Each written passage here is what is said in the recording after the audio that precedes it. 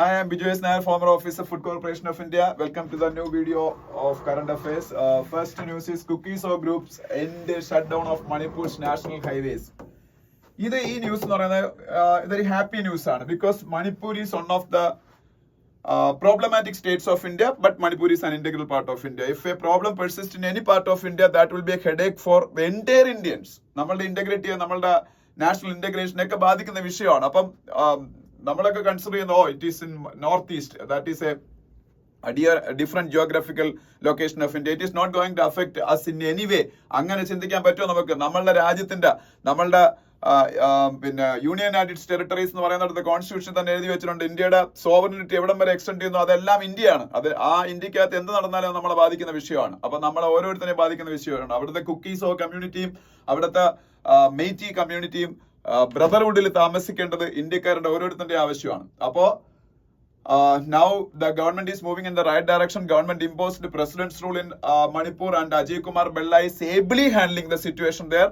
അദ്ദേഹം ഒരുപാട് substantial improvement ഉണ്ടാക്കുന്നുണ്ട്. After that Amit Shah give an ultimatum to all these people to allow free movement of people inside the territory of Manipur. പക്ഷേ കുക്കീസോ community അപ്പോഴും സമ്മതിച്ചില്ല. അവരുടെ ഹൈവേസ് ഒക്കെ അവർ ബ്ലോക്ക് ചെയ്ത് വെച്ചിരുന്നു. ബട്ട് യെസ്റ്റർഡേ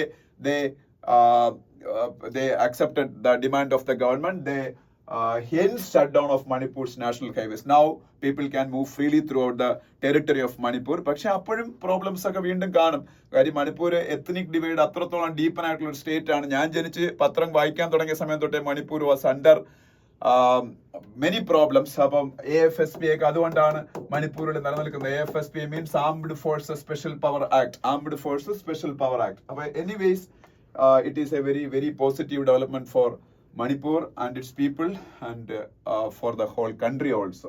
അപ്പം അതാണ് ആദ്യത്തെ ന്യൂസ്. പിന്നെ വേറെ ന്യൂസ്, ഇന്ത്യയെ നാണം കെടുത്താൻ വേണ്ടിയിട്ടുള്ള ന്യൂസുകളാണ് വരുന്നത്. British woman raped in national capital by social media front. And the day before yesterday, another news was there in Hampi, Karnataka. Some tourists were raped by local people in Bellary area. അപ്പൊ അവിടുത്തെ കർണാടകത്തിൽ ഇങ്ങനെ ഒരു incident ഇപ്പൊ ഉണ്ടായതേ ഉള്ളൂ. Australian ടൂറിസ്റ്റുകളെ കണ്ട് rape ചെയ്ത വലിയ നാഷണൽ മീഡിയയിലൊക്കെ വലിയ ന്യൂസ് ആയതേ ഉള്ളൂ. അത് കഴിഞ്ഞതായിപ്പോ ബ്രിട്ടീഷ് വുമന്. അപ്പം ടൂറിസ്റ്റുകൾ ഇന്ത്യയിലേക്ക് വരാൻ പേടിക്കുന്നു. ഇന്ത്യയുടെ ഗ്ലോബൽ ഇമേജ് തന്നെ ഒരുമാതിരി നമ്മള് കഷ്ടത്തിലാക്കുന്ന രീതിയിലാണ് ആൾക്കാരുടെ പെരുമാറ്റം. അതിൽ വേറെ ഒന്നും പറയാനില്ല.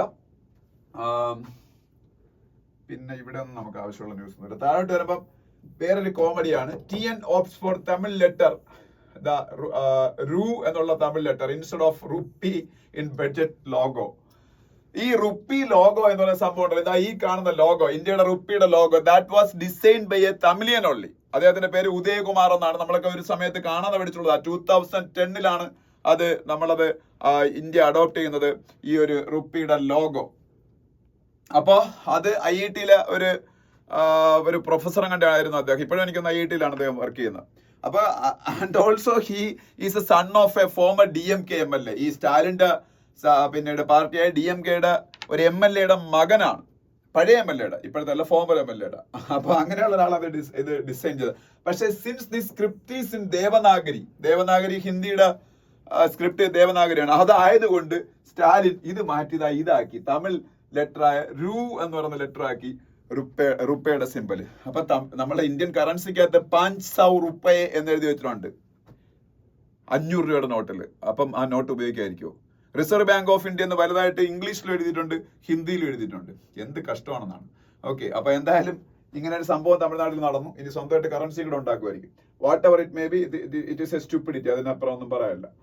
പിന്നെ Madras high court fixes a cap on tourist vehicle to the Nilgiris and Kodaikanal. അത് നമുക്കറിയാം, അവിടെ ഭയങ്കരമായിട്ടുള്ള ഇക്കോളജിക്കൽ ആയിട്ടുള്ള പ്രോബ്ലംസ് ക്രിയേറ്റ് ചെയ്യുന്നുണ്ട്. അവിടെ traffic jam, everything is going on in Kodaikanal and Nilgiris areas because of this heavy influx of tourists to those places. അപ്പൊ അതുകൊണ്ട് അതിനെ കർബ് ചെയ്യാൻ വേണ്ടി മദ്രാസ് ഹൈക്കോർട്ട് ഒരു നമ്പർ ഓഫ് വെഹിക്കിൾസ് എൻട്രി ചെയ്യുന്ന ഒരു ക്യാപ്പ് വെക്കാൻ പോയി. അത് ഇടയ്ക്ക് വെച്ച് അങ്ങനെ കൊണ്ടുവന്നത്. അതുമായിട്ട് ബന്ധപ്പെട്ട ന്യൂസ് ആണ്. Nothing more than that. അതിൽ വേറെ ഒന്നും ഡിസ്കസ് ചെയ്യാനില്ല.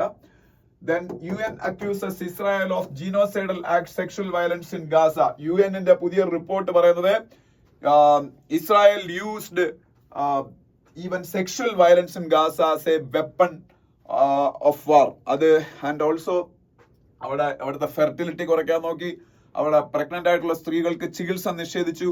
അങ്ങനെയൊക്കെ ഒരു ജീനോസൈഡൽ ആക്ടിൽ Israel was engaged in Gaza. That is a report by UN, United Nations. It is a very serious report and very serious accusations are against Israel in this particular report. അപ്പം അതും ഒരു വലിയ news ആയിട്ട് ഉണ്ട്. Okay, പിന്നെ next പേജിലേക്ക് പോകുമ്പോൾ States പേജിൽ ഫസ്റ്റ് നമുക്ക് ഇതിൻ്റെ അകത്ത് വല്ലതും പറയാനുണ്ടോ നോക്കാം. സ്റ്റേറ്റ്സ് പേജിൽ first of all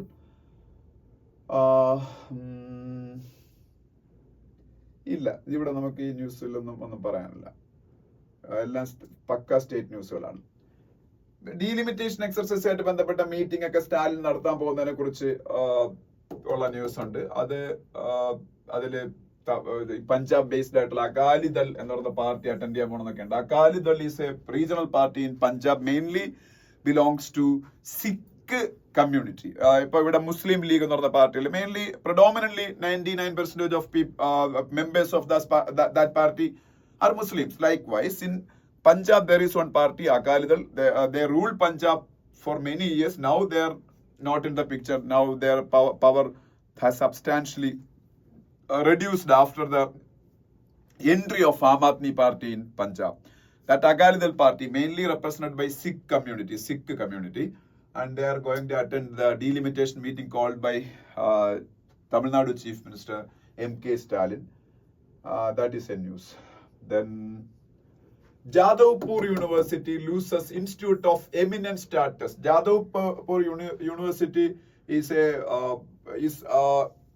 one of the best universities in India. India's top 10 universities in the list. NIRF ranking നോക്കാം. What is NIRF? National Institutional Ranking Framework. National Institutional Ranking Framework. This is a ranking of educational institutions in India being prepared by the Education Ministry of India under Dharmendra Pradhan. Dharmendra Pradhan is the Education Minister of India. So under this Education Ministry, they will prepare one ranking of all educational institutions in India.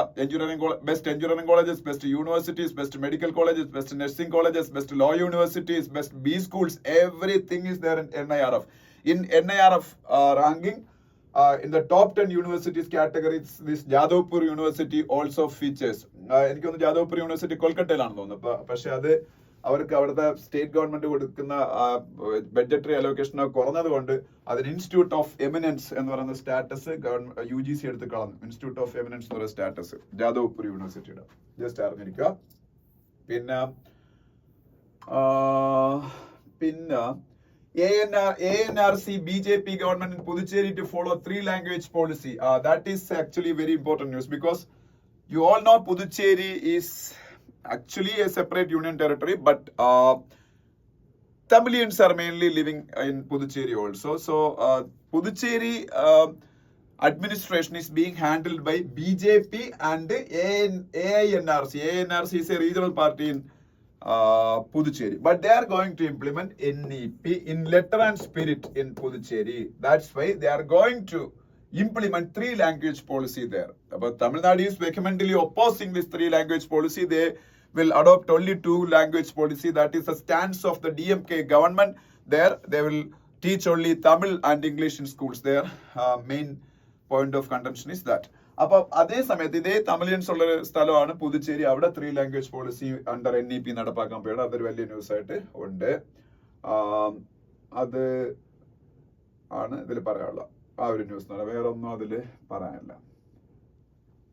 Chief Minister of Puducherry, Rangasamy. Rangasamy is the Chief Minister of Puducherry. Rangasamy is the Chief Minister of Puducherry. Okay, then you can see the picture of Bhajan Lal Sharma in this news. Bhajan Lal Sharma is the Chief Minister of Rajasthan, the biggest state in India. Area-wise, the biggest state in India is Rajasthan. Area-wise, biggest state, largest state in India is Rajasthan, and its Chief Minister is Bhajan Lal Sharma. Bhajan Lal Sharma. Delimitation exercise is a conspiracy against South Indian states. This is a pakka political statement because delimitation exercise is not a conspiracy against southern state. Delimitation exercise is a necessity under the Constitution of India because there is a constitutional amendment, 84th constitutional amendment, that frees the delimitation exercise up to the year of 2026. Otherwise, we should have to conduct this delimitation exercise because that is a constitutional necessity. A constitutional necessity ആയതുകൊണ്ട് മാത്രമാണ് അങ്ങനെ 84th constitutional amendment കൊണ്ടുവന്ന് 2026 വരെ freeze ചെയ്ത് വെച്ചേക്കുന്നത്. അല്ലെങ്കിൽ after each and every census delimitation exercise should be conducted. പക്ഷേ രേവന്ത് റെഡ്ഡി ഒരു പൊളിറ്റിക്കൽ സ്റ്റേറ്റ്മെന്റ് നടത്തിയിരിക്കുന്ന തെലങ്കാനയുടെ ചീഫ് മിനിസ്റ്ററാണ് രേവന്ത് റെഡ്ഡി. പക്ഷെ delimitation under the current circumstances will create problems for southern states. That is sure. അത് ശരിയാണ്. Because delimitation exercise is mainly based on the population of each and every state as per the current constitutional mandate or current constitutional norms. But if the delimitation exercise is conducted based on population, then definitely southern states will lose out because southern states conducted family planning in a pakka manner, so they controlled their population. So North Indian states was not successful in implementing this family planning like southern states, so their population explosion happened. So if the delimitation exercise is conducted based on this population as stipulated by the constitution, then definitely the southern states will be at a disadvantageous position. അതൊരു conspiracy എന്ന് പറയാൻ പറ്റത്തില്ല. അത് ഒരു political കൺസെൻസസിന്റെ ബേസിൽ വേറൊരു formula കണ്ടെത്തി പോപ്പുലേഷന്റെ ബേസിൽ തന്നെ നടപ്പാക്കുമ്പോൾ southern സ്റ്റേറ്റുകളൊന്നും ഒരു ഡാമേജ് ഉണ്ടാവാത്ത രീതിയിൽ നടപ്പാക്കാനാണ് ശ്രമിക്കേണ്ടത്. പിന്നെ നെക്സ്റ്റ് പേജിലേക്ക് പോകുമ്പോൾ സ്പോട്ട് ലൈറ്റ്, അത് ഫ്രൈഡേ വരുന്ന പേജാണ് വേണ്ട. മെട്രോ പ്ലസ് ഫ്രൈഡേ വരുന്ന പേജാണ് വേണ്ട. ഇനി നമ്മൾ നോക്കുന്നത് അക്സെപ്റ്റബിൾ കോൺട്രാസ്റ്റ് എന്ന് പറയുന്ന ഫസ്റ്റ് എഡിറ്റോറിയൽ ആണ്. ഈ first editorial acceptable contrast mainly deal ചെയ്യുന്നത് 3 കാര്യങ്ങളെ കുറിച്ചാണ്. ഇപ്പോ നമുക്ക് സന്തോഷം പകരുന്ന ഒരു സെറ്റ് ഓഫ് ഡേറ്റാസ് പുറത്തു വന്നിട്ടുണ്ട്. Because our economy is the fastest growing economy in the world. At the same time in the last 2 to 3 quarters of this financial year, Indian economy is facing some tailwinds and our GDP growth rate has been decreased as compared to the previous years. So that created some concerns among the people of India and government of India. പക്ഷേ some comforting ആയിട്ടുള്ള കുറച്ച് datas ഇപ്പൊ പറഞ്ഞിട്ടുണ്ട്. ഒരു data ഇന്ത്യയുടെ CPI യെ കുറിച്ചാണ്. CPI എന്താണെന്ന് ഞാൻ പറയാം. രണ്ടാമത്തെ ഡേറ്റ ഇന്ത്യയുടെ IIP യെ കുറിച്ചും ആണ്. മെയിൻ ആയിട്ട് ഇതിൽ ഫസ്റ്റ് പാരഗ്രാഫിൽ ഡിസ്കസ് ചെയ്യുന്ന അതൊക്കെയാണ്. അപ്പൊ CPI means consumer price index. What is CPI, consumer price index? Consumer price index is the measurement of the retail inflation in India. Retail inflation is mainly affecting the common man when we are purchasing something, and if you are experiencing a price rise, that is retail inflation. That retail inflation is being calculated by CPI, consumer price index only. At the same time, there is wholesale inflation. That is the inflation in the input prices of manufacturers. That won't sometimes directly affect us because sometimes they will absorb that price rise. They won't pass it on to the customers, that wholesale inflation. That wholesale inflation is being calculated by WPI, wholesale price index. Retail inflation is calculated by CPI, consumer price index. And this CPI, consumer price index, is the base of RBI's monetary policy. Each and every 2 months RBI releases monetary policy, and monetary policy's base is CPI, consumer price index. അത് എക്സാമിനൊക്കെ ചോദിക്കുന്ന ഒരു കാര്യമാണ്. എന്താണ് monetary പോളിസിയുടെ base എന്ന് പറയുന്നത്. And there is a memorandum of understanding. There is a memorandum of understanding between Government of India and Reserve Bank of India to keep this CPI, consumer price index inflation or retail inflation under 4 plus or minus 2 range. Under 4 plus or minus 2 range. It should be ideally 4%. This retail inflation or consumer price index. That is the memorandum of understanding between India government and Reserve Bank of India. And Reserve Bank of India was struggling to keep this inflation under this range because of the various global factors, food inflation in India, etc. ഇന്ത്യയിൽ food inflation ഒരു കാരണമായിട്ടുണ്ട്. പക്ഷേ now food inflation has been reduced to a great extent. Food inflation എന്ന് പറയുമ്പോൾ നമ്മൾ vegetable, pulses, fruits, ഇതിലൊക്കെ ഉണ്ടാകുന്ന price rise, അതാണ് ഫുഡ് ഇൻഫ്ലേഷൻ. ഈ ഫുഡ് ഇൻഫ്ലേഷൻ ആയിരുന്നു main contributing factor in our retail inflation അല്ലെങ്കിൽ കൺസ്യൂമർ പ്രൈസ് ഇൻഡെക്സിൽ ഉണ്ടായിരുന്ന ഇൻഫ്ലേഷൻ എന്ന് പറയുന്നത്. പക്ഷേ ഇതിപ്പോ സബ്സ്റ്റാൻഷ്യലി റെഡ്യൂസ് ചെയ്ത് ഇപ്പോൾ നമ്മളുടെ റീറ്റെയിൽ ഇൻഫ്ലേഷൻ അല്ലെങ്കിൽ കൺസ്യൂമർ പ്രൈസ് ഇൻഡെക്സ് 3.61% കുറഞ്ഞു. 4% ആക്കിയാൽ മതി. അതിലും കുറഞ്ഞ 3.61%. അതിന് മെയിൻ കാരണം നമ്മളെ ഫുഡ് ഇൻഫ്ലേഷന് മുമ്പ് 10.87% ആയിരുന്നു ഒക്ടോബറിലൊക്കെ. അത് 3.75% ആയിട്ട് കുറഞ്ഞു. ഈ 10 ഏതാണ്ട് 11 അതിൽ നിന്ന് 3.75% ആയിട്ട് കുറയുമ്പോൾ അതിന്റെ ഇമ്പാക്ട് ആണ് ഈ ഉണ്ടാക്കിയിരിക്കുന്നത്. ഇത് 3.61% ആയിട്ട് കുറഞ്ഞു. അപ്പൊ 4 നിർത്തിയാൽ മതി, പക്ഷെ അത് 3.61% ആയിട്ട് കുറഞ്ഞു. So in April, another monetary policy of Reserve Bank of India will be released.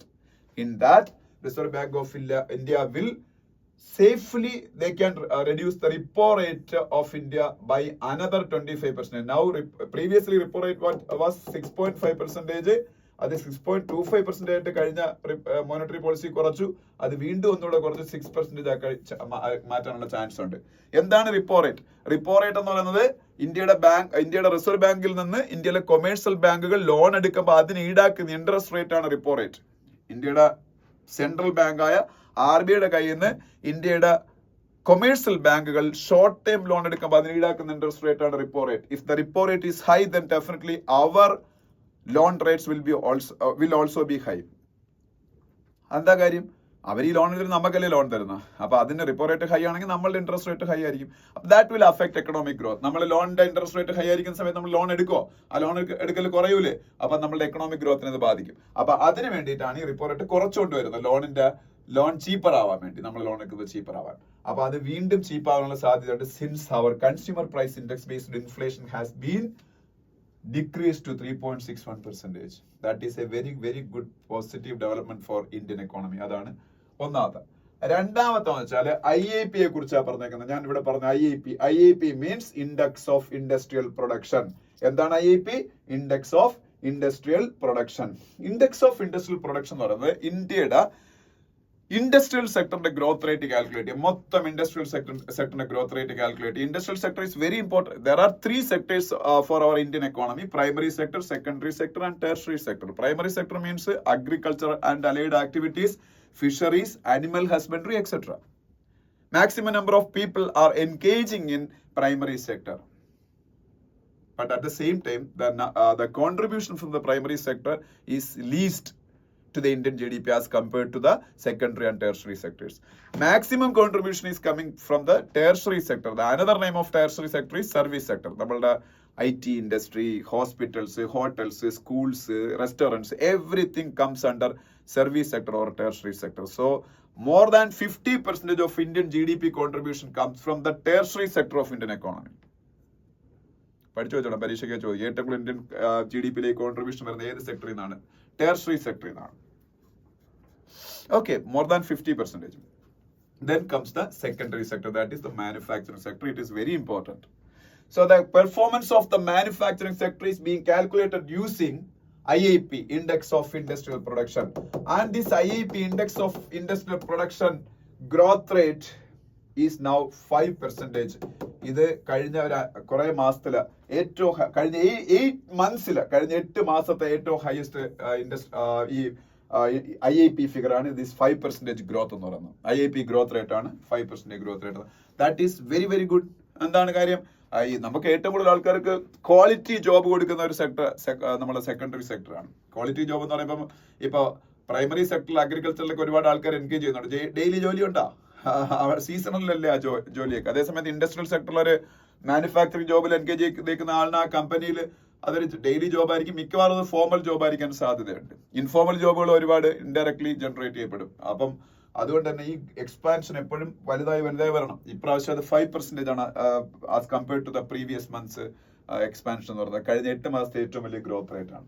അത് വളരെ നല്ലതാണ്. അപ്പൊ ഈ രണ്ട് ഇന്ത്യയുടെ എക്കോണമിക്ക് വളരെ നല്ലതാണ്. നമ്മളുടെ എക്കോണമിയുടെ റെസിലിയൻസിനാണ് കാണിക്കുന്നത്. ഗ്ലോബലി ഒരുപാട് ഡിസ്റപ്ഷൻസ് ഉണ്ടാവുന്നു. ഡൊണാൾഡ് ട്രംപിന്റെ arrival as president in USA is creating a lot of problems for the global trade, and a trade war is happening between various developed nations.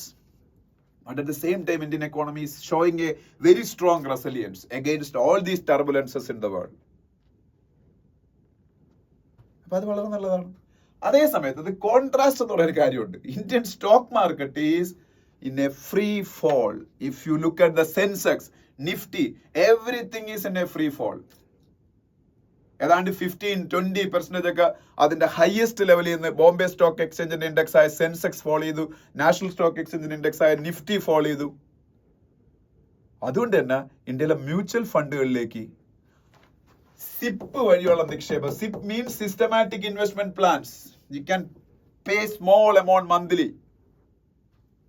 You can pay small amount every month two the mutual funds. എന്നിട്ട് നമുക്കത് കോമ്പൗണ്ടിങ്ങിന്റെ ആ ഒരു magic ഉപയോഗിച്ചുകൊണ്ട് വർഷങ്ങൾ കഴിയുമ്പോൾ അത് വലിയ figure ആക്കി മാറ്റാം. ഈവൻ നിങ്ങൾ 1000 രൂപ വെച്ച് മന്ത്ലി പേ ചെയ്ത് പോയാൽ പോലും. അതാണ് മ്യൂച്വൽ ഫണ്ടിലേക്കുള്ള അങ്ങനെയുള്ള മന്ത്ലി ഇൻവെസ്റ്റ്മെന്റ് ആണ് സിപ്പ് എന്ന് പറയുന്നത്, സിസ്റ്റമാറ്റിക് ഇൻവെസ്റ്റ്മെന്റ് പ്ലാൻസ് എന്ന് പറയുന്നത്. അതിലെല്ലാം വരുന്ന ഫണ്ടിങ് കഴിഞ്ഞ മാസങ്ങളിൽ ഭയങ്കരമായിട്ട് കുറഞ്ഞു. അത് പക്ഷെ ഒരു പെർസെപ്ഷൻ ആണ്, പെർസെപ്ഷൻ ബാറ്റിലാണ്. Stock market is always performing on the base of perceptions.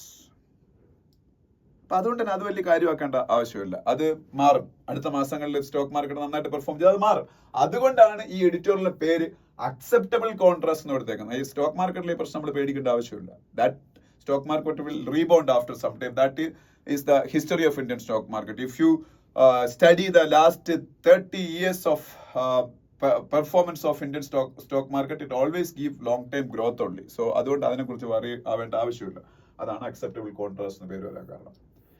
ഇനി second editorial, old ties new priorities. Actually there is no need for me to explain this editorial because I already explained all the details regarding Modi's visit to Mauritius. Mauritius is a very important country for India, especially because of the fact that Mauritius is housing around 70% Indian origin population. Mauritiusലെ മൊത്തം population ഏതാണ്ട് 70% Indian origin ആണെന്നുള്ളത് തന്നെയാണ് അതിന്റെ ഏറ്റവും വലിയ importance. So we have cultural ties also with them. When new Prime Minister assumed power in Mauritius, that is Naveen Chandra Rangulam, but he is also having a very good chemistry between Indian Prime Minister. കാര്യം Covid സമയത്തൊക്കെ restrictions ഉണ്ടായിരുന്നിട്ട് പോലും അദ്ദേഹത്തിന് medical ട്രീറ്റ്മെന്റിന് വേണ്ടിയിട്ടൊക്കെ India അദ്ദേഹത്തിനോട് permission കൊടുത്തു. അതെല്ലാം ഒരു good will ആയിട്ടുണ്ട്. അപ്പൊ അല്ലെങ്കിൽ മൗറീഷ്യസിൽ ഒരിക്കലും ഒരു ഹോസ്റ്റൈൽ ആയിട്ടുള്ള ഗവൺമെന്റ് അവിടെ വരാറില്ല. അപ്പൊ ഇന്ത്യക്ക് മൗറീഷ്യസ് ആയിട്ടുള്ള റിലേഷൻഷിപ്പ് ഓൾറെഡി സ്ട്രാറ്റജിക് റിലേഷൻഷിപ്പ് ആണ് മൗറീഷ്യസ് ആയിട്ട്. അത് എൻഹാൻസ്ഡ് സ്ട്രാറ്റജിക് റിലേഷൻഷിപ്പ് ആയിട്ട് മാറ്റാൻ മോദിയുടെ നേതൃത്വത്തിലുള്ള ഈ ഒരു വിസിറ്റിന് കാരണമായി. അതുപോലെ മോദിക്ക് മൗറീഷ്യസിന്റെ ഹയസ്റ്റ് സിവിലിയൻ ഓണർ കൊടുത്തു. അതിന്റെ പേര് ഞാൻ കഴിഞ്ഞ ക്ലാസ്സിൽ പഠിപ്പിച്ചിട്ടുണ്ട്, കഴിഞ്ഞ വീഡിയോയിൽ നോക്കിയാൽ മതി. അത് കിട്ടുന്ന ആദ്യത്തെ ഇന്ത്യൻ ആണ് മോദി എന്ന് പറയുന്നത്. പിന്നെ ഇന്ത്യയുടെ മൗറീഷ്യസിന്റെ ഇടയിൽ ഡിഫൻസ് കോഓപ്പറേഷൻ എൻഹാൻസ് ചെയ്യാനുള്ള തീരുമാനങ്ങൾ എടുത്തു.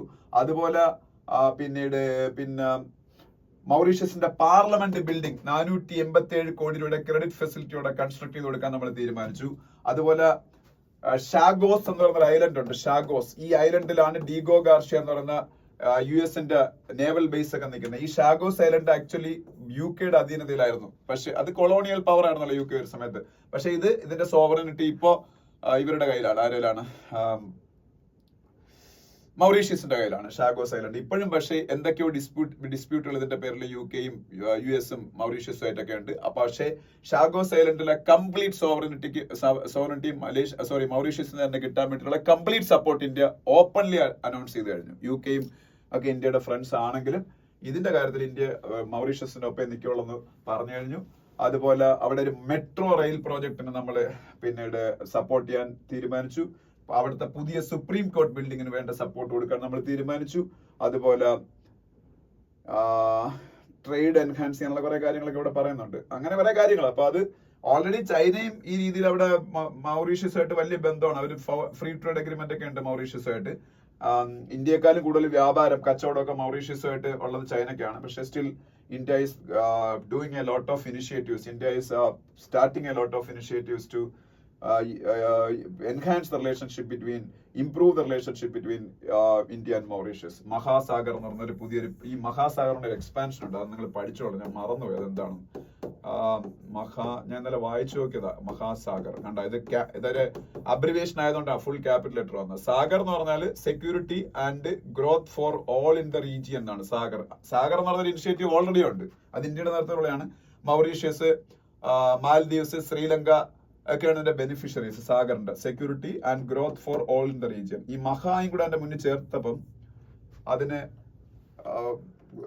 മ്യൂച്വൽ അസിസ്റ്റൻസ് ആൻഡ് ഹോളിസ്റ്റിക് അങ്ങനെ എന്തോ സംഭവമാണ് ഈ മഹ മുന്നിൽ വരുമ്പം. അപ്പൊ ഈ സാഗർ ഒന്നുകൂടെ വിപുലീകരിച്ചു, അത്രേ ഉള്ളൂ. Securities and growth for all in the റീജിയനും സാഗർ, മഹായും കൂടെ വരുമ്പോൾ മ്യൂച്വൽ അസിസ്റ്റൻസ് അങ്ങനെ എന്തോ ഒക്കെയാണത്. എനിക്ക് എക്സാക്ട്ലി അത് ഓർമ്മയില്ല, അതുകൊണ്ട് ഞാനത് പറയുന്നില്ല. ഓക്കെ, അത് നിങ്ങൾ നോക്കണ്ടാകും. ഇത് രണ്ടുമാണ് ഹിന്ദുവിന്റെ എഡിറ്റോറിയൽസ് എന്ന് പറയുന്നത്. പിന്നെ ആർട്ടിക്കിൾസിലേക്ക് പോകുമ്പോൾ ഫസ്റ്റ് ആർട്ടിക്കിൾ എന്ന് പറയുന്നത് India's choice between progress and parochialism എന്ന് പറയുന്ന ആർട്ടിക്കിൾ ഉണ്ട്. അത് വേറൊന്നുമില്ല, സത്യത്തിൽ അതിൽ വലിയ കാര്യങ്ങളൊന്നും പറയല്ല. വേറെ ഇതിൽ പറയുന്നത് ഇന്ത്യ ഈ ലാംഗ്വേജിന്റെ പേരിൽ നമ്മൾ നിർബന്ധം പിടിക്കരുത്. ഇംഗ്ലീഷ് എഡ്യൂക്കേഷന് ഇന്ത്യ ഇമ്പോർട്ടൻസ് ഇനിയും വർഷങ്ങളോളം കൊടുക്കണം, എന്നാലേ ഇന്ത്യക്ക് ഗ്ലോബലി കോമ്പീറ്റ് ചെയ്യാൻ പറ്റുള്ളൂ. കാരണം ഭാവിയിൽ 2050 ഒക്കെ ആകുമ്പോൾ വേൾഡിലെ മൊത്തം വർക്ക് ഫോഴ്സിന്റെ ഏതാണ്ട് 23% ഇന്ത്യക്കാരായിരിക്കും എന്ന് പറഞ്ഞത് ലോകത്തില്. 2050 ആകുമ്പോൾ, ഇപ്പോഴല്ല, ഇവിടെ ഉണ്ടാക്കണം. കണ്ട, by 2050 India will account for 23% of the global work force. പക്ഷേ അതിന്റെ ഡെമോഗ്രാഫിക് ഡിവിഡൻഡ് നമുക്ക് കിട്ടണമെന്നുണ്ടെങ്കിൽ ഇന്ത്യൻസ് ഷുഡ് ലേൺ ഇംഗ്ലീഷ് തറവിലി. പ്രത്യേകിച്ച് artificial intelligence, quantum computing, renewable energy ഇതുപോലുള്ള ഫീൽഡുകളിലാണ് ഇനി ഗ്രോത്ത് വരുന്നത്. ഈ ഗ്രോത്ത് സെക്ടേഴ്സ്, ഈ ചൂണ്ടിക്കാണിച്ച ഗ്രോത്ത് സെക്ടേഴ്സ് എല്ലാം ആർട്ടിഫിഷ്യൽ ഇന്റലിജൻസ് ആണെങ്കിലും ക്വാണ്ടം കമ്പ്യൂട്ടിംഗ് ആണെങ്കിലും റിന്യൂവബിൾ എനർജി ആണെങ്കിലും ഇതെല്ലാം ഇംഗ്ലീഷ് എഡ്യൂക്കേഷൻ ഇല്ലാത്തവർക്ക് ഇതിലൊക്കെ പിന്തള്ളപ്പെട്ടു പോകും. നമ്മൾ ചൈന ഇംഗ്ലീഷ് പഠിക്കാതെയാണ് വളർന്നതെന്ന് പറയുന്നു. അത് മാനുഫാക്ചറിങ് ഗ്രോത്ത്, അവർക്ക് ലോ കോസ്റ്റ് മാനുഫാക്ചറിങ് ഗ്രോത്ത് വഴിയൊക്കെയാണ് 70s 80s ഒരു ഭയങ്കര ഇമ്പ്രൂവ്മെന്റ് ഉണ്ടാകുന്നത്. പക്ഷേ പിന്നീട് ചൈനയ്ക്ക് മനസ്സിലായി ഈ ആർട്ടിഫിഷ്യൽ ഇന്റലിജൻസിന്റെയും ക്വാണ്ടം കമ്പ്യൂട്ടിങ്ങിന്റെ കാലഘട്ടത്തിൽ, ഇതുപോലുള്ള ന്യൂ ഏജ് ടെക്നോളജീസിന്റെ കാലഘട്ടത്തിൽ ചൈന പിന്നോക്കം പോകാതിരിക്കണമെങ്കിൽ അവർ ഇംഗ്ലീഷ് പഠിച്ചേ പറ്റുള്ളൂ. അങ്ങനെ അവർ പ്രൈമറി സ്കൂൾ തൊട്ട് ഇംഗ്ലീഷ് പഠിക്കാൻ തുടങ്ങി. ഇന്ന് 40 കോടി ചൈനക്കാർ ഇംഗ്ലീഷ് പഠിക്കുന്നുണ്ടെന്നാണ് പറയുന്നത് ഇതിന്റെ അകത്ത്.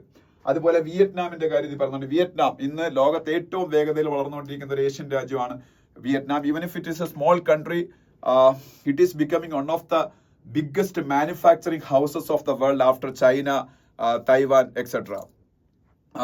അതിനെക്കുറിച്ച് പല സ്റ്റോറീസ് ഇപ്പൊ പത്രങ്ങളിൽ വരാറുണ്ട്, ഈ വിയറ്റ്നാമിന്റെ വിജയത്തിനെ കുറിച്ച്. ആ വിയറ്റ്നാം ഒരു സമയത്ത് യുദ്ധത്തിൽ തകർന്നുപോയ രാജ്യമാണ്. ഈ അമേരിക്ക ഒരുപാട് കാലം യുദ്ധം ചെയ്തതാണ് വിയറ്റ്നാമിനെതിരെ. ആ വിയറ്റ്നാം മൊത്തത്തിൽ ഇംഗ്ലീഷിന് കൊടുക്കുന്ന പ്രാധാന്യം, അതാണ് അവരുടെ വർക്ക് ഫോഴ്സിനെ സഹായിക്കുന്നത് ഈ പറയുന്നുണ്ട്. അതുപോലെ സൗത്ത് കൊറിയയുടെ എക്സാമ്പിൾ ഇത് പറയുന്നുണ്ട്. സൗത്ത് കൊറിയയിൽ ടോയ്ഫൽ നിക്കലന്റ് ആയിട്ടുള്ള ഒരു വളരെ കടുപ്പം പിടിച്ച പിന്നീട് ഒരു എക്സാം ഒക്കെ നടത്തി അവിടുത്തെ പിള്ളേരെ യൂണിവേഴ്സിറ്റി ലെവലിലും കണ്ട ഒരു ഇംഗ്ലീഷ് പ്രോഗ്രാമിലേക്ക് കയറ്റുന്നൊക്കെ ഇത് പറയുന്നുണ്ട്. അങ്ങനെ മൊത്തത്തിൽ നമ്മൾ ഈ റീജിയണൽ ലാംഗ്വേജസ് പഠിക്കണം. മഹാരാഷ്ട്രക്കാർ മറാഠി പഠിക്കണം, തമിഴിയൻസ് തമിഴ് പഠിക്കണം എന്ന് പറഞ്ഞൊക്കെ ഈ കിടന്ന് നിർബന്ധിക്കുന്നു. അതുപോലെ ഹിന്ദി ഇന്ത്യ മൊത്തം വ്യാപിപ്പിക്കാൻ വേണ്ടി ഗവൺമെന്റ് ഓഫ് ഇന്ത്യ ശ്രമിക്കുന്നു. ഇത് ഇംഗ്ലീഷിനെ മാറ്റിക്കൊണ്ട് ഇതെല്ലാം പഠിച്ച് നമുക്ക് നന്നാവുന്നൊക്കെ വിചാരം. പക്ഷെ that is a false belief because of the experience of the different countries in the world suggest otherwise. Even Israel also, അവർ ഈ കൾച്ചറൽ നാഷണലിസത്തിന്റെ ആൾക്കാരാണ്, സയൻസും ഒക്കെ പ്രൊമോട്ട് ചെയ്യുന്നത്. പക്ഷെ still they are very eager to study English and also STEM എന്ന് പറഞ്ഞാൽ STEM അല്ലല്ലോ, ഒരു സംഭവം ഉണ്ടല്ലോ ഇവിടെ അവർ പഠിപ്പിക്കുന്ന STEM തന്നെ, സയൻസ്, ടെക്നോളജി, ഇംഗ്ലീഷ്, മാത്തമാറ്റിക്സ്, ഇത്രയും പ്രൊമോട്ട് ചെയ്താണ് അവരുടെ ഇന്നവേഷൻ എല്ലാം ഇത്രയും കിടിലായി മാറിയെന്നാണ് ഇസ്രായേലിന്റെ കാര്യം. അതുകൊണ്ട് നമ്മളുടെ പിള്ളേരെ ഇംഗ്ലീഷ് പഠിപ്പിക്കാൻ ഏറ്റവും കൂടുതൽ പ്രാധാന്യം കൊടുക്കണം എന്നുള്ള രീതിയിലുള്ള ഒരു ആർട്ടിക്കിളാണ് ഫസ്റ്റ് article.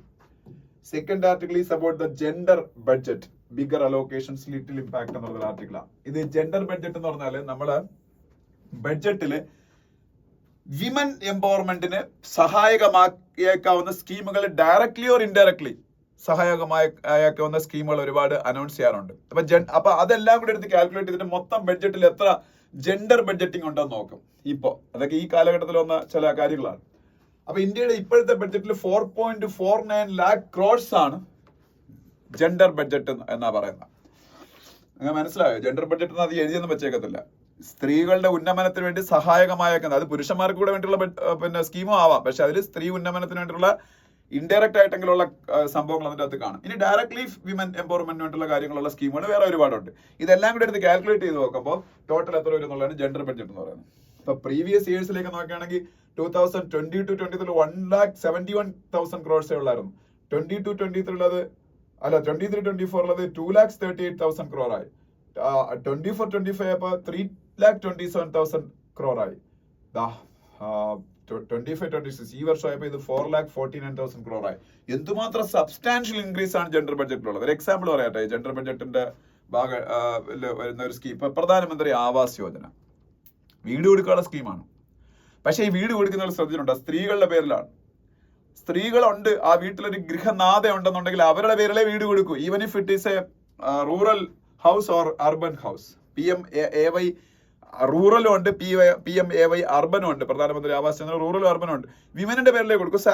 So that is a women empowerment program. Even if it is a shelter അല്ലെങ്കിൽ ഹൗസ് അലോക്കേറ്റ് ചെയ്യാനുള്ള സ്കീം ആണെങ്കിലും അതിന് വിമൻ എംപവർമെന്റിന്റെ ഒരു അംശം അതിൻ്റെ അകത്തുണ്ട്.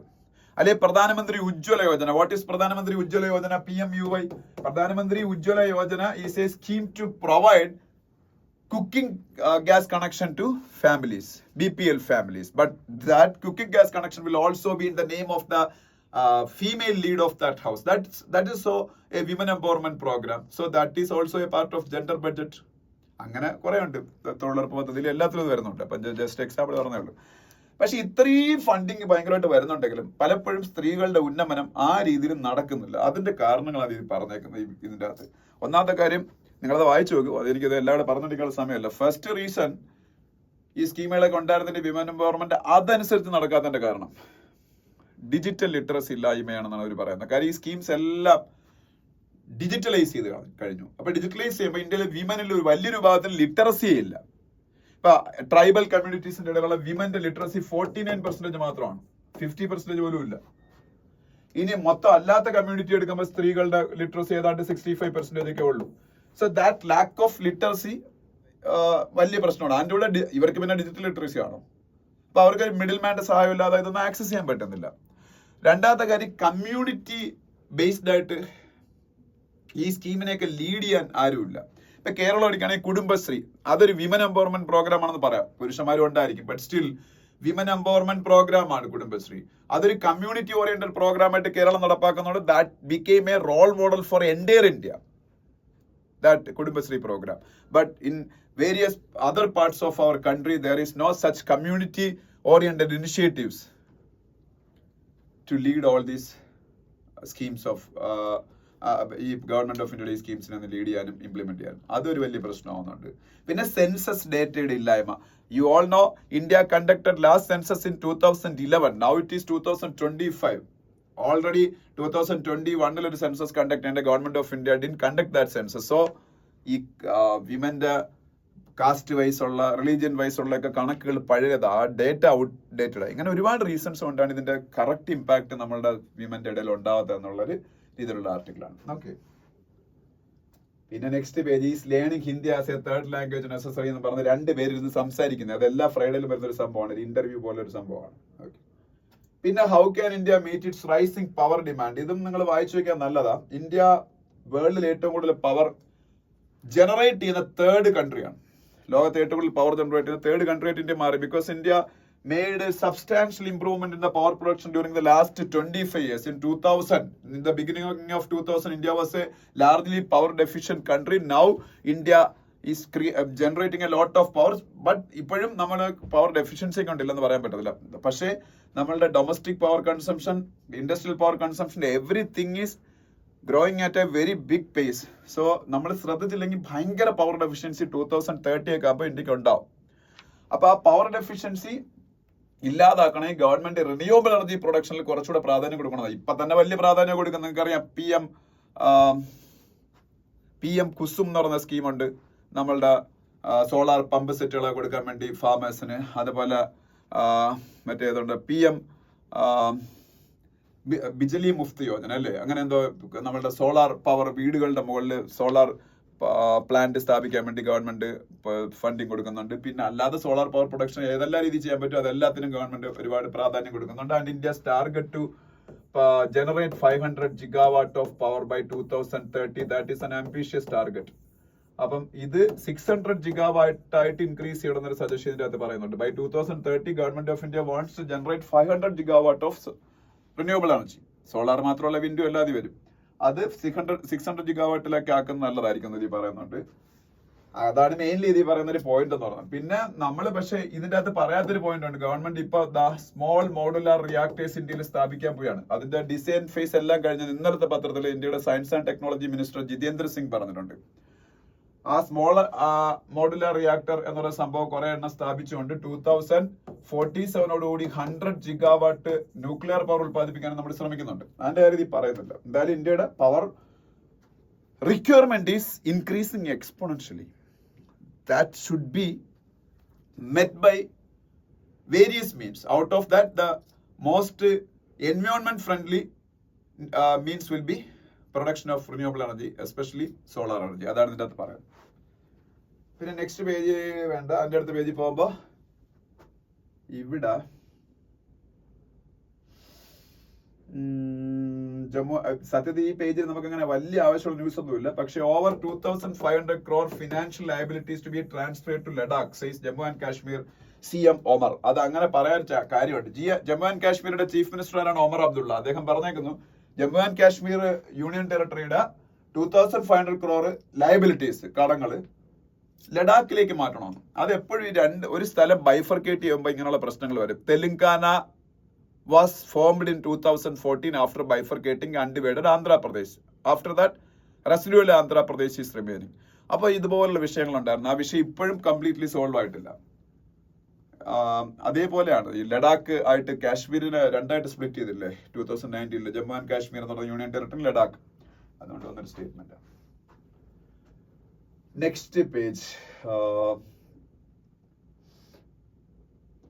നെക്സ്റ്റ് പേജില്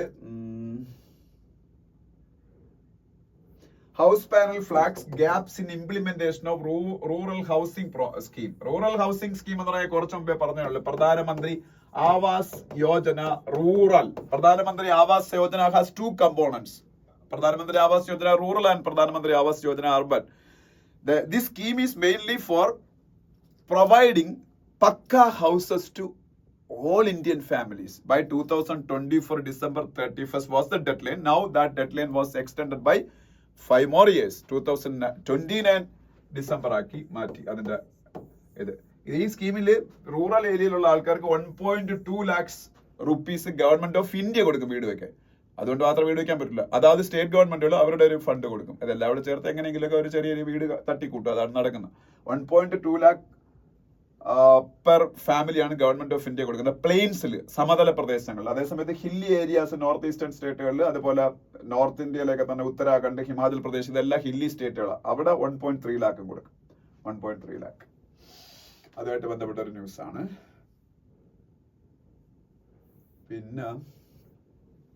പിന്നെ ഈ സ്റ്റാർലിങ്ക്, ഇന്ത്യയില് സ്റ്റാർലിങ്ക് എന്താണ്? സാറ്റലൈറ്റ് വഴി ഇന്റർനെറ്റ് കൊടുക്കുന്നുള്ള എലോൺ മസ്കിന്റെ കമ്പനിയാണ്. എലോൺ മസ്ക് ആ സ്റ്റാർലിങ്കുമായിട്ട് ടൈപ്പ് ആയേക്കാണ് ഇന്ത്യയിലെ ഏറ്റവും വലിയ ടെലികമ്മ്യൂണിക്കേഷൻ കമ്പനികളായ എയർടെല്ലും ജിയോയും. അപ്പൊ അതുമായിട്ട് ബന്ധപ്പെട്ട് കോൺഗ്രസ് ചില വിമർശനങ്ങൾ ഉന്നയിച്ചേക്കുന്നു. അതൊന്നും വേണ്ട, നമുക്ക് ആ ഒരു ന്യൂസ് അറിഞ്ഞിരുന്നാൽ മതി. അതിനടുത്ത പേജിലേക്ക് പോകും. നമുക്ക് അഭിമാനകരമായിട്ടുള്ള ഒരു ന്യൂസ്. ISRO ഡോക്കിംഗ് എക്സ്പെരിമെന്റ് നടത്തി. നിങ്ങൾ എല്ലാവരും അറിഞ്ഞാണല്ലോ.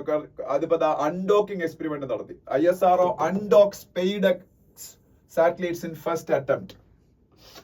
ഇങ്ങനെ 2 satellites, SDX-01 SDX-02, SDX-01 and SDX-02. ഇങ്ങനെ 2 സാറ്റലൈറ്റുകൾ ISRO ഈ PSLV C60 എന്ന് പറഞ്ഞ ലോഞ്ച് വെഹിക്കിൾ ഉപയോഗിച്ച് ലോഞ്ച് ചെയ്തിരുന്നു ജനുവരി 16-ന്. ഡിസംബർ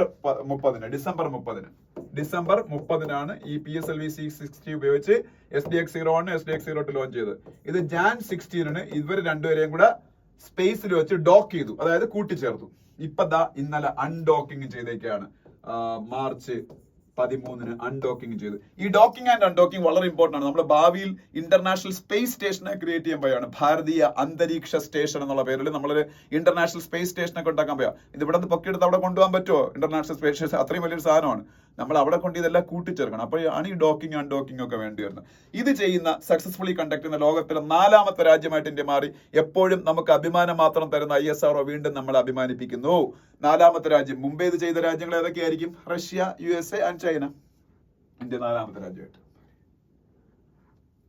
പിന്നെ ക്വാണ്ടം കമ്പ്യൂട്ടിംഗ്. നമ്മളാ ഈ ആർട്ടിഫിഷ്യൽ ഇന്റലിജൻസ് പോലെ അങ്ങേയറ്റം ഇമ്പോർട്ടന്റ് ആണ് ക്വാണ്ടം ടെക്നോളജി. ആ ക്വാണ്ടം ടെക്നോളജി മിഷൻ എന്ന് പറഞ്ഞ ഇപ്പൊ ഗവൺമെന്റ് ഓഫ് ഇന്ത്യ ഒരു നാഷണൽ ക്വാണ്ടം മിഷൻ സ്റ്റാർട്ട് ചെയ്തിട്ടുണ്ട്, NQM. ആർട്ടിഫിഷ്യൽ ഇന്റലിജൻസ് മിഷനും ഉണ്ട്, അത് ഞാൻ കഴിഞ്ഞ ക്ലാസ്സിൽ പറഞ്ഞായിരുന്നു. 10,000 കോടി കൂടുതലുണ്ട് അതിന്റെ ഫണ്ടിങ്.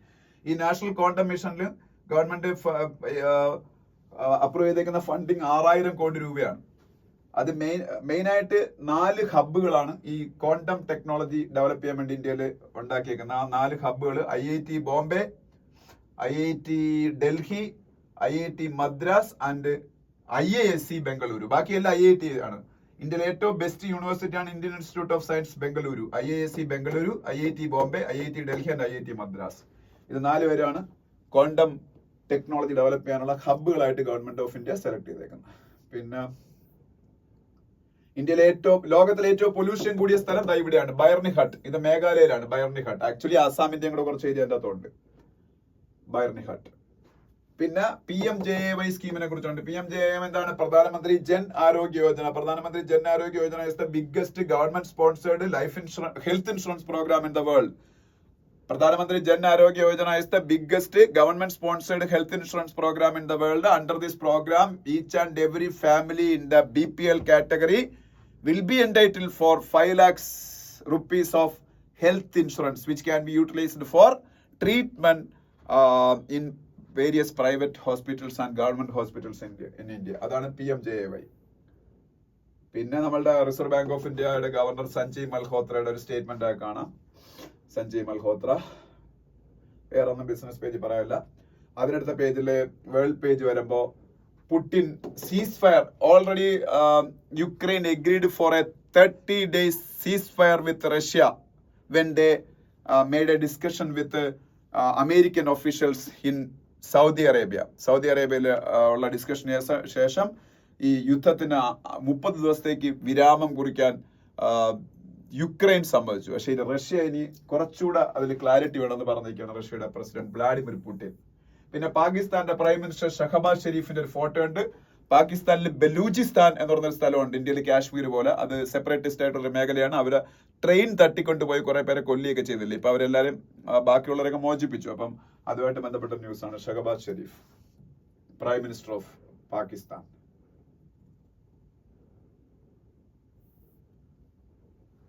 പിന്നെ ഈ പേജിലൊന്നും പറയാനില്ല. സ്പോർട്സ് പേജിൽ പോകുമ്പോൾ അവിടെ ഓൾ ഇംഗ്ലണ്ട് ബാഡ്മിന്റൺ ടൂർണമെന്റ് നടന്നുകൊണ്ടിരിക്കുന്നു. ബാഡ്മിന്റണില് വിംബിൾഡൺ എന്ന് വേണമെങ്കിൽ പറയാം. ടെന്നീസിലെ ഏറ്റവും വലിയ ടൂർണമെന്റ് ആയിട്ട് വിംബിൾഡനെ കരുതുന്നത്. അതുപോലെയാണ് ബാഡ്മിന്റണിൽ ഓൾ ഇംഗ്ലണ്ട് ടൂർണമെന്റ്.